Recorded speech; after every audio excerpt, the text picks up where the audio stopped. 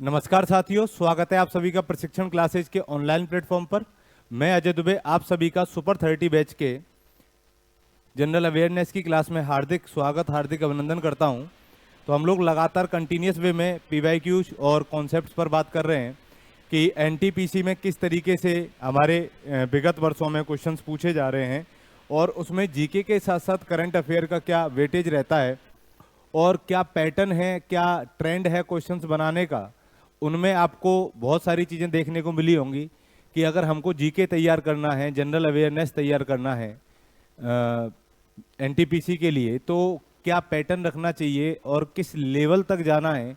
चाहे वो current affair की बात हो, तो देखिए करंट अफेयर में आपने मोस्टली देखा होगा कि जितनी भी नियुक्तियां होती हैं, सैन्य अभ्यास होते हैं, कोई बुक लॉन्च हुई है, उसके ऑथर कौन है, कौन सा अवार्ड किसको मिला, या ये कहें कि कौन कौन से देशों की हमारे पीएम और राष्ट्रपति ने यात्रा की है, किसके साथ में कैसे संबंध है, कौन सी योजना लॉन्च की गई, वो योजना किस क्षेत्र से संबंधित है, दिवस बहुत इंपॉर्टेंट है इसमें, उनकी थीम क्या होती है। आपको ये सारे पॉइंट्स जो है एनटीपीसी के लिए करंट अफेयर में तैयार करने हैं।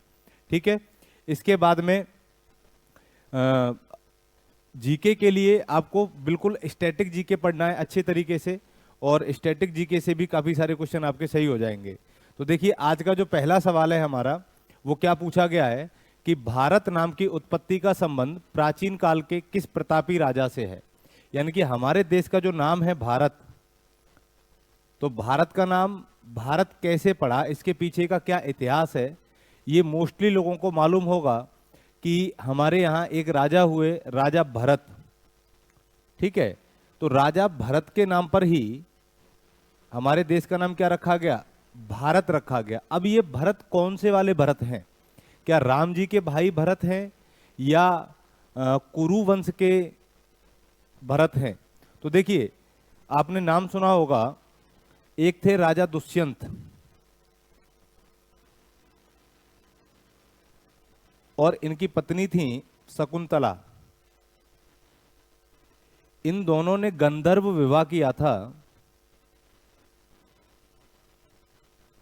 गंधर्व विवाह होता है चोरी छुपे शादी करना, ठीक है।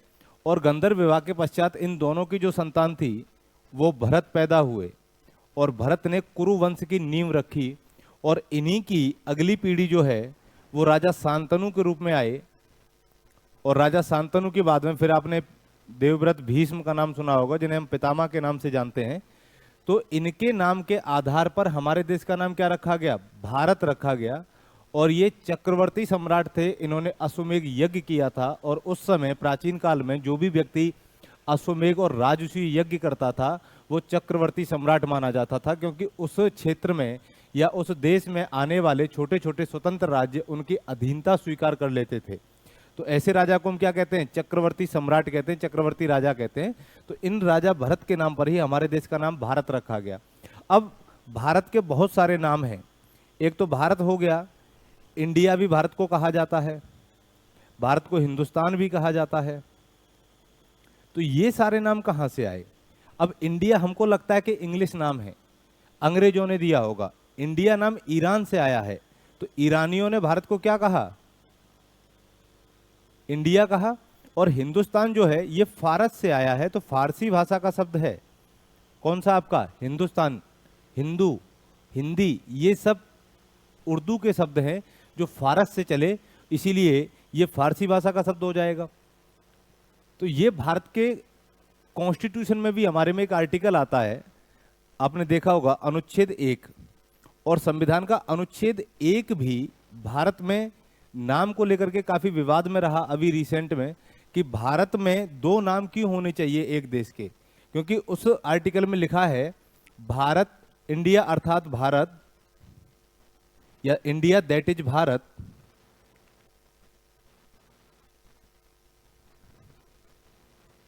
India that is Bharat shall be union of state. अब ये परंपरा कैसे चली कि भारत के 2 नाम हमारे संविधान में रखे गए। तो देखिए भारत के उस समय इंडिया नाम भी रखना और भारत नाम रखना ये बड़ा चुनौतीपूर्ण था। फिर एक बीच का रास्ता निकाला गया कि जो साउथ वाले लोग थे, जो संविधान सभा में दक्षिण भारत का नेतृत्व कर रहे थे, वो चाहते थे कि भारत की अंतर्राष्ट्रीय जो पहचान है वो इंडिया के नाम से है, और अंग्रेजों ने जितनी भी संधियां की थी वो सब इंडिया के नाम से की थी, तो वो उस नाम को रखना चाहते थे। और दूसरी बात ये कि उत्तर भारत के जो लोग थे वो हमारे परंपरा को, हमारी विरासत को, हमारे कल्चर को भारत नाम में देखते थे, इसलिए उन्होंने समर्थन किसका किया, भारत नाम का किया। तब एक बीच का रास्ता अम्बेडकर साहब ने निकाला और एक नाम रखा गया India, that is Bharat shall be union of state, अर्थात भारत अर्थात इंडिया राज्यों का संघ होगा। तो यहां पर अगर पूछा जाए कि हमारे संविधान में हमारे भारत को कितने नामों से संबोधित किया गया है, तो 2 नामों से संबोधित किया गया है, इंडिया और भारत। इसके अलावा संविधान में हमारे देश का कोई और नाम नहीं मिलता है। ठीक है, तो भारत नाम शब्द की जो उत्पत्ति है वो राजा भरत से मानी जाती है, इसीलिए इसका राइट आंसर क्या होगा, सी हो जाएगा।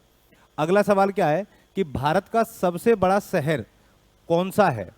अब देखिए सबसे बड़ा शहर कौन सा है, और यहां पर ऑप्शन दिए गए हैं।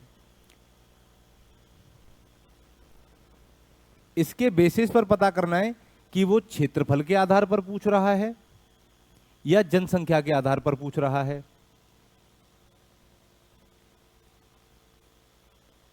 ठीक है, तो क्षेत्रफल के आधार पर और जनसंख्या के आधार पर सबसे बड़ा कौन सा हो जाएगा आपका, तो ऑप्शन है आपका मुंबई, कोलकाता, दिल्ली, मद्रास।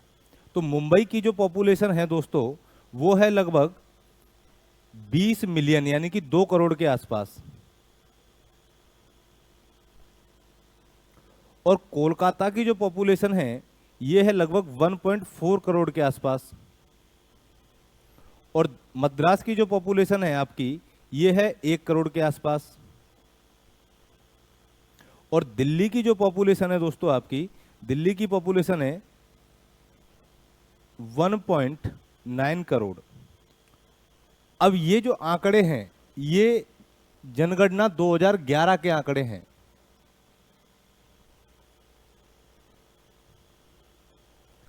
तो जनसंख्या के जो आंकड़े आए हमारे 2011 में, उसके बेसिस पर अगर देखा जाए तो मुंबई क्या है, यहां पर सर्वाधिक जनसंख्या वाला शहर है। तो यहां 2 करोड़ के आसपास जनसंख्या पाई जाती है, 20 मिलियन पॉपुलेशन है यहाँ की। दिल्ली जो है, दिल्ली को हम लोग कह सकते हैं कि सर्वाधिक जनसंख्या घनत्व वाला राज्य है।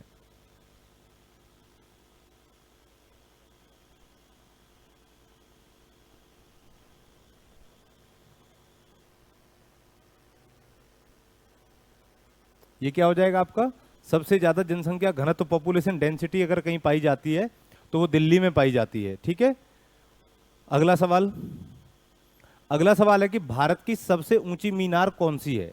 अब इनमें से आपको बताना है कि भारत की सबसे ऊंची मीनार कौन सी है। नंबर 1 चार मीनार, कुतुब मीनार, झूलता मीनार और शहीद मीनार।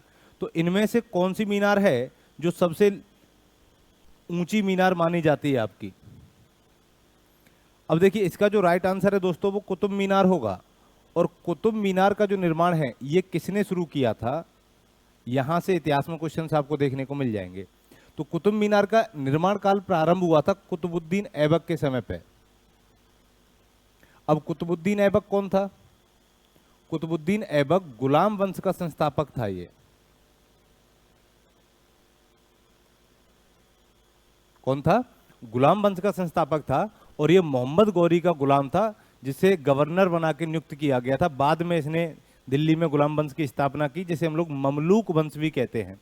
इसके बाद में इल्तुतमिश ने इसको पूरा कराया था। इल्तुतमिश ने, यानी कि 2 मंजिल 3 मंजिल इसने बनाई, बाकी की मंजिल किसने बनवाई आपकी, इल्तुतमिश ने बनवाई। पूर्ण कराने का श्रेय किसको जाता है, इसको, इल्तुतमिश को। और एक नाम आपने सुना होगा फिरोज शाह तुगलक। तो फिरोज शाह तुगलक ने कुतुब मीनार का पुनर्निर्माण कराया था।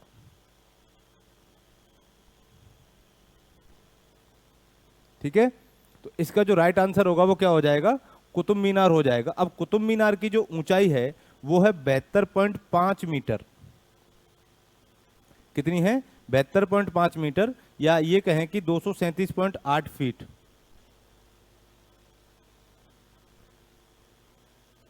और कुतुब मीनार को यूनेस्को की विश्व विरासत सूची में भी शामिल किया जा चुका है।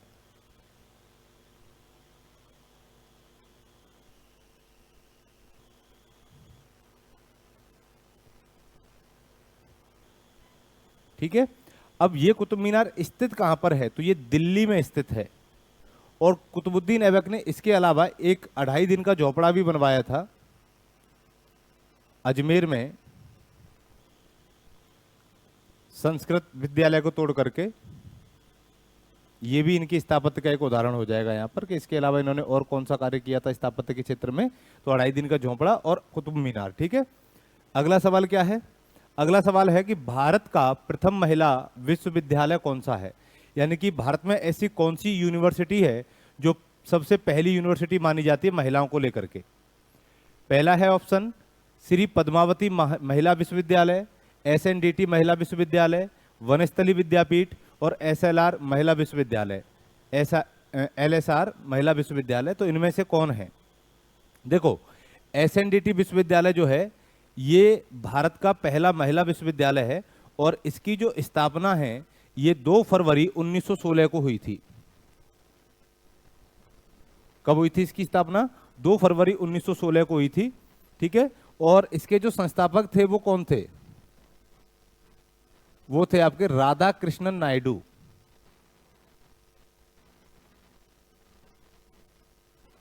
तो राधा कृष्णन नायडू ने 2 फरवरी 1916 को मुंबई में भारत के पहले महिला विश्वविद्यालय की स्थापना की थी। कहां पर की थी? मुंबई में। और इसी 1916 में यूपी में भी एक विश्वविद्यालय की स्थापना हुई थी मदन मोहन मालवीय के द्वारा, जिसे हम बनारस हिंदू विश्वविद्यालय कहते हैं।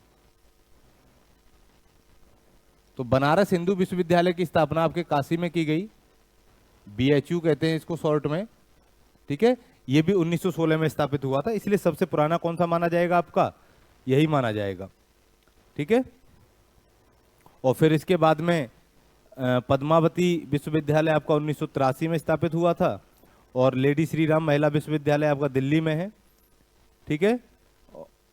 ये भी याद रखना। अगला सवाल, सर्वोच्च न्यायालय में प्रथम महिला न्यायाधीश कौन थी? तो हर कोई जानता है कि भारत के सुप्रीम कोर्ट में पहली महिला न्यायाधीश कौन थी? तो वो फातिमा बीबी थी, जो 1989 में क्या हुई थी? भारत की पहली सुप्रीम कोर्ट की जज बनी। और इसके बाद में दूसरे नंबर पर अगर पूछा जाए तो सुजाता का नाम आता है। ये भी क्या है? ये सेकंड वुमेन जज थी आपकी सुप्रीम कोर्ट की। और अगर ये पूछा जाए कि सुप्रीम कोर्ट में अब तक कुल कितनी महिला न्यायाधीश रह चुकी हैं, तो अब तक 11 महिला न्यायाधीश रह चुकी हैं आपकी।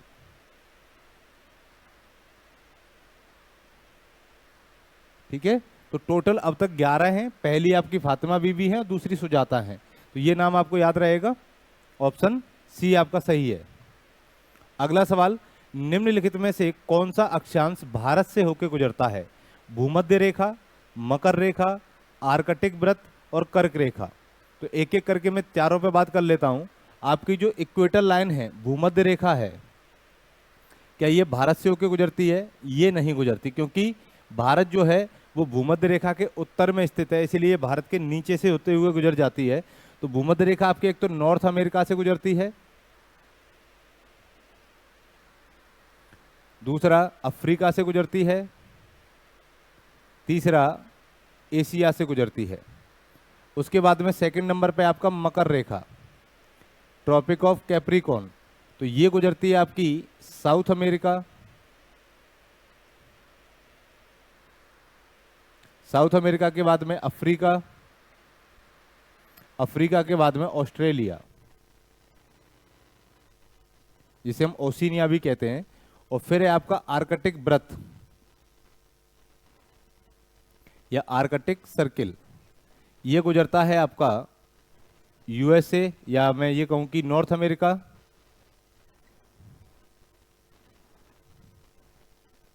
नॉर्थ अमेरिका के बाद में यूरोप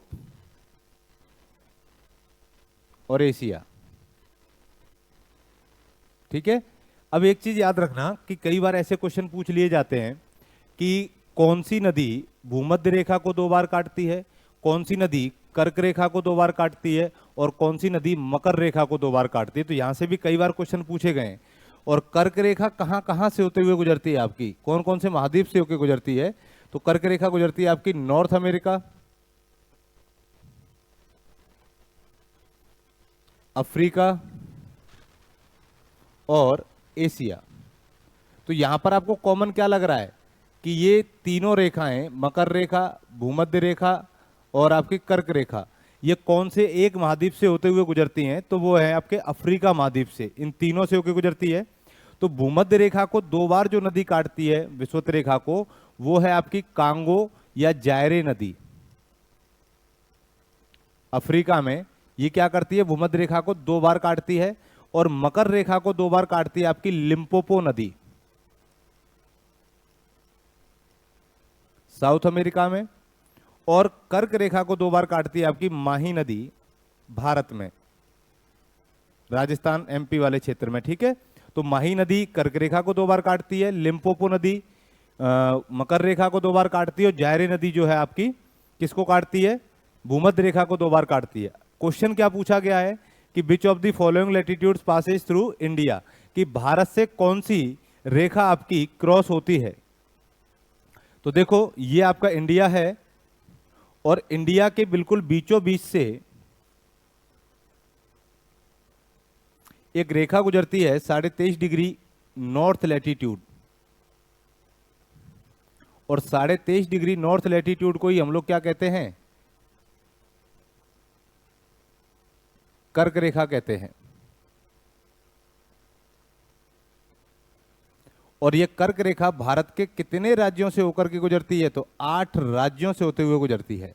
इनका जो पश्चिम से पूर्व की ओर क्रम भी पूछा जाता है कई बार, कि कर्क रेखा पर स्थित राज्यों को पश्चिम से पूर्व की ओर व्यवस्थित कीजिए या पूर्व से पश्चिम की ओर व्यवस्थित कीजिए।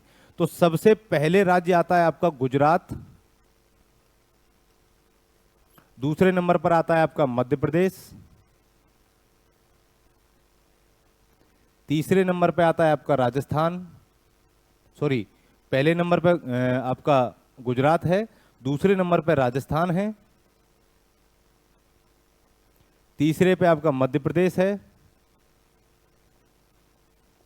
चौथे पे छत्तीसगढ़, झारखंड, पश्चिम बंगाल, त्रिपुरा और मिजोरम। इन 8 राज्यों से होते हुए क्या गुजरती है आपकी, कर्क रेखा गुजरती है। अब भारत से ही एक रेखा और गुजरती है जिसे भारत का मानक समय रेखा कहा गया है। इसे हम लोग कहते हैं 82.5 डिग्री का पूर्वी देशांतर, 82.5 डिग्री ईस्ट लॉन्गिट्यूड जो है, ये भारत की मानक समय रेखा है, इंडियन स्टैंडर्ड टाइम लाइन है। ये इंडियन स्टैंडर्ड टाइम किसे कहते हैं आपके, 82.5 डिग्री ईस्ट लॉन्गिट्यूड को। तो 82.5 डिग्री का ईस्ट लॉन्गिट्यूड जो है, ये भारत के 5 राज्यों से होकर के गुजरता है। कौन कौन से? एक है आपका उत्तर प्रदेश, दूसरा है आपका मध्य प्रदेश, तीसरा है आपका छत्तीसगढ़, चौथा है आपका उड़ीसा, और पांचवा है आपका आंध्र प्रदेश। तो ये 5 राज्य हैं जहां से होकर के आपकी भारतीय मानक समय रेखा गुजरती है। और ये कहां से होते हुए गुजरती है? नैनी के पास से होते हुए गुजरती है, नैनी प्रयागराज से होते हुए गुजरती है। ये भी आपको याद रखना है। और 82.5 डिग्री का जो समय है वो जीएमटी से 5 घंटे 30 मिनट क्या रहता है आपका, आगे रहता है। इसका मतलब ईस्ट हेमिस्फीयर में आने पर समय आगे रहेगा और वेस्ट में जाने पर पीछे रहेगा। तो कर्क रेखा भारत के बिल्कुल बीचों बीच से गुजर रही है, इसलिए कर्क रेखा के नीचे वाला जो पार्ट है वो उष्ण कटिबंध में आता है, और इसके ऊपर वाला जो पार्ट है यानी कि ये वाला पार्ट, ये आता है आपका उपोष्ण कटिबंध में।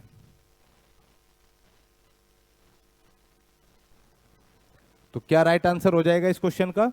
इसका राइट आंसर हो जाएगा कर्क रेखा जो है वो भारत में से होते हुए गुजरती है, 8 राज्यों से होते हुए, और इसको माही नदी राजस्थान में 2 बार काटती है। तो राइट आंसर डी हो जाएगा। अगला सवाल क्या है? कि भारत का सबसे बड़ा दक्षिणी द्वीप कौन सा है। अब भारत में सबसे बड़ा दक्षिणी द्वीप कौन सा है, तो देखिए ये जैसे इंडिया है आपका,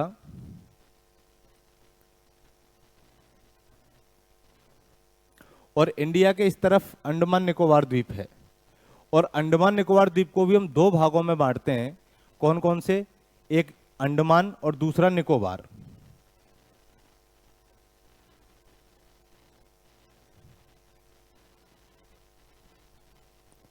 आगे चल के अंडमान को भी चार भागों में बांटते हैं, उत्तरी अंडमान,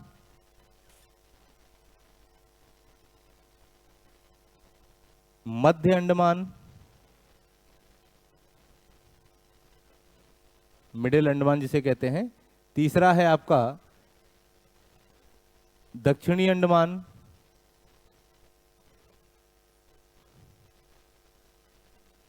और लिटिल अंडमान।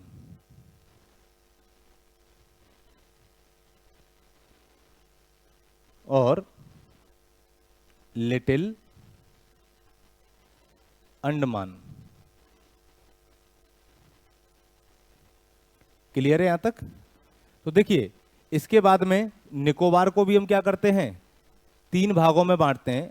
एक उत्तरी निकोबार, कार निकोबार, ग्रेट निकोबार, है ना, और sorry car Nicobar, great Nicobar और दक्षिणी निकोबार। तो इनमें से सबसे दक्षिण में आपका कौन सा द्वीप हो जाएगा, पहला है मिनिकॉय द्वीप, कार निकोबार द्वीप, ग्रेट निकोबार द्वीप, या इनमें से कोई नहीं। तो क्या राइट आंसर होगा, जल्दी से बताइए। तो सबसे दक्षिण में आता है आपका इसका ग्रेट निकोबार द्वीप, और इसी ग्रेट निकोबार में भारत का सबसे दक्षिणी बिंदु है इंदिरा पॉइंट। रिसेंट में ये इंदिरा पॉइंट क्या है, पानी में डूब चुका है, यानी कि जलमग्न हो चुका है।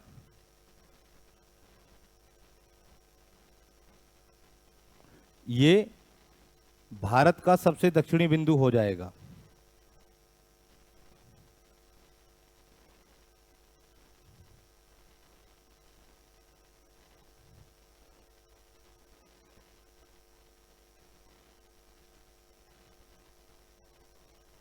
क्लियर है यहां तक। और पूरा का पूरा अंडमान निकोबार द्वीप जो है ये 572 द्वीपों का समूह है, इसीलिए हम इसको क्या कहते हैं, अंडमान निकोबार द्वीप समूह कहते हैं। और इसकी राजधानी है पोर्ट ब्लेयर।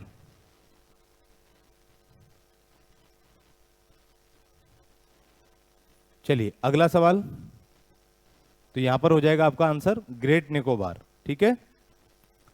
चलिए अगला सवाल, स्वतंत्र भारत का संविधान किस निकाय ने तैयार किया है। तो देखिए संविधान को बनाने के लिए भारत में 1946 में एक मिशन आया था।